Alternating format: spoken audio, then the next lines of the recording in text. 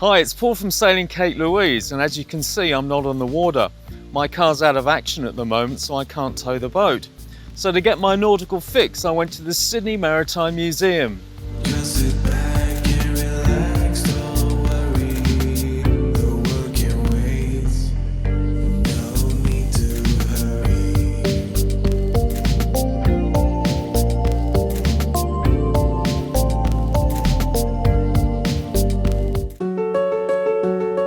The James Craig was built in 1874 in England and was originally named Clan MacLeod.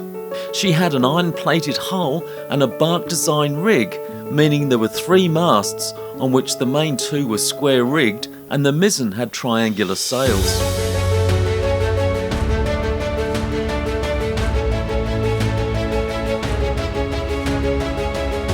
Designed as a cargo ship, she went around the notorious Cape Horn 23 times in 26 years. But between 1905 and 1911, she sailed mainly between Australia and New Zealand, renamed as the James Craig.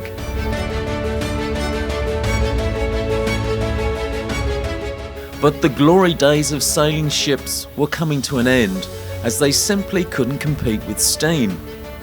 So in 1922, she was laid up and used to store coal, and 10 years later, sadly left to rot in Tasmania. And then after being rediscovered in 1972, she had her hull repaired and was towed to Sydney, and then began a 25-year journey to bring her back to her former glory.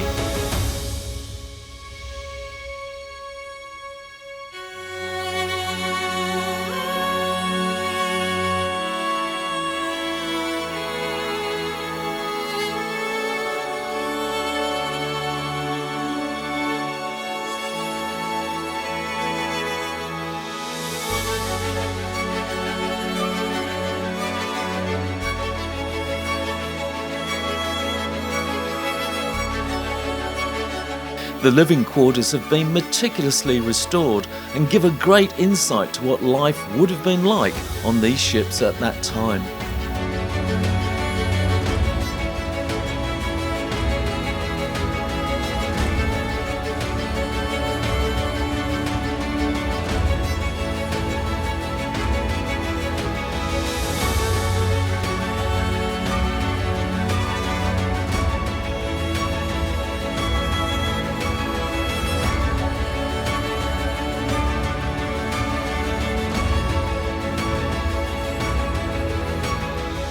The James Craig is now one of only 4 sailing barks around the world that regularly go to sea. And to maintain her, that costs over $1 million a year.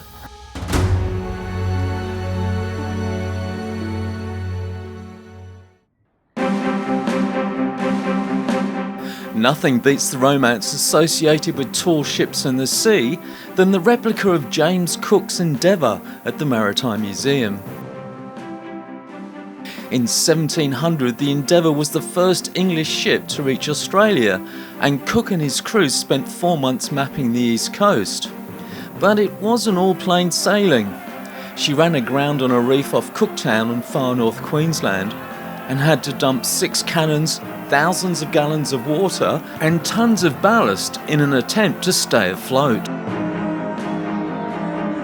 For 24 hours, the crew frantically manned 3 pumps, trying to clear the water that was gushing in through a gash in the hull.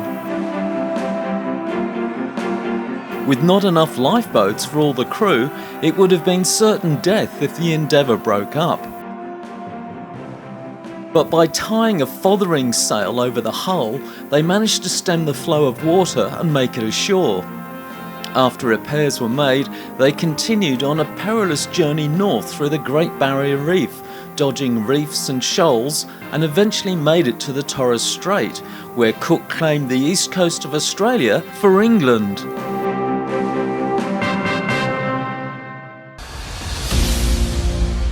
This replica, started in 1980 and finished in 1994, is built from Australian jarrah, with Oregon used above the waterline. The original was constructed of oak and elm, but this was considered to be too susceptible to rot and therefore not used. The original Endeavour had a crew of 71, 12 Marines and 11 civilians, and was armed with 12 swivel cannons. Can you imagine living aboard in these cramped conditions for 2 years? I'm not sure that's actually romantic. And this in the middle is a piece of the original Endeavour.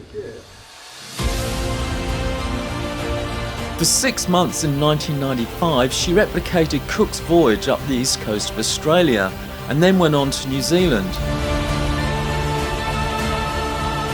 And then in 1996, she started a circumnavigation of the globe, with stop-offs in the UK, America and New Zealand, and eventually returning to Sydney in 2000.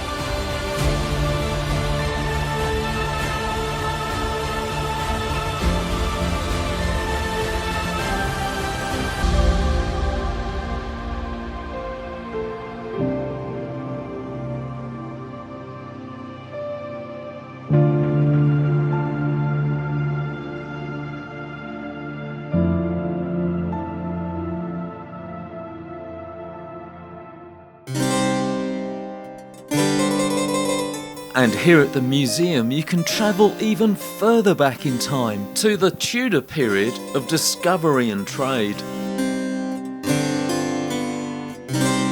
The Deutschen, or Little Dove, is a replica of an original ship built in the Netherlands in 1595. She was designed to be fast, agile and well armed, and primarily built for the spice trade in the Dutch East Indies, or Indonesia as we know it today. In those days, 20 kilos of nutmeg could buy a house in Amsterdam and pay for servants for a year. This full-scale replica was started in 1997 and finished in 1999. With a crew of only 20 who slept in hammocks on the upper deck, the Deutschen in 1606 was the first European ship to reach the Australian coast and map the Gulf of Carpentaria. This predates Cook's discovery by 164 years, but is often forgotten.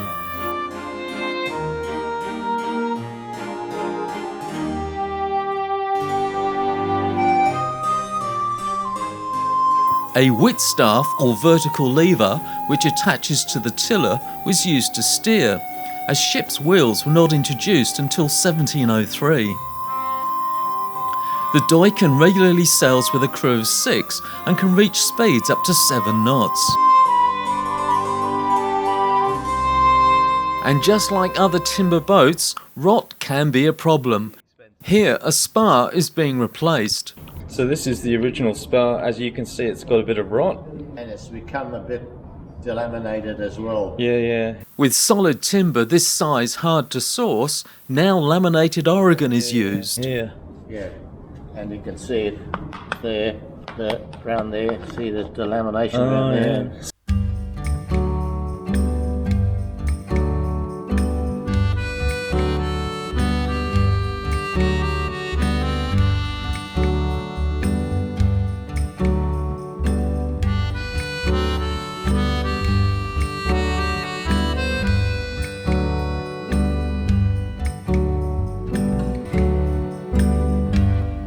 And 360 years later, we could sail underwater.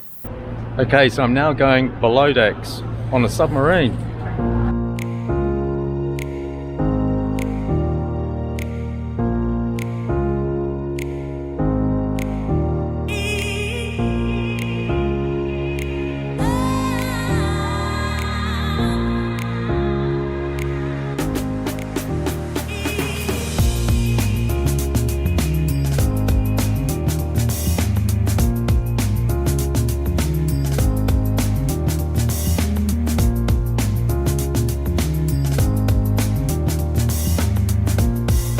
This is the HMAS Onslow, an Oberon-class submarine built in 1968 in Scotland, and one of 5 Oberon-class submarines in the Australian Navy at the time.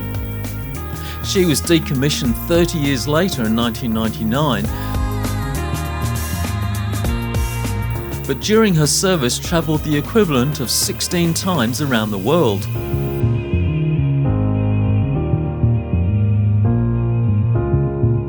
With a crew of 60 sailors and 8 officers, life aboard would have been very cramped to say the least. And there's a shower in here, not very big.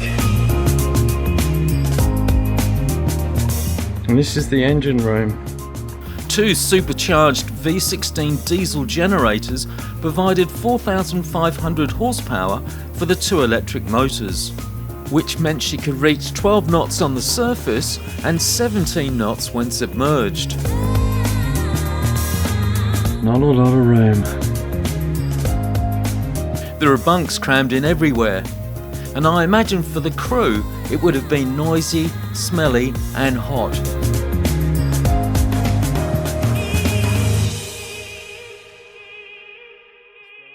These are called oxygen candles, and there are a few in the sub.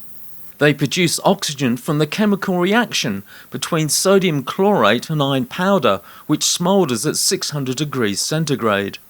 And they can produce about 6.5 man-hours of oxygen per kilogram of mixture. She could store 20 torpedoes and also anti-ship harpoon missiles fired from 6 bow torpedo tubes. It really is hard to imagine living aboard this small sub for months at a time.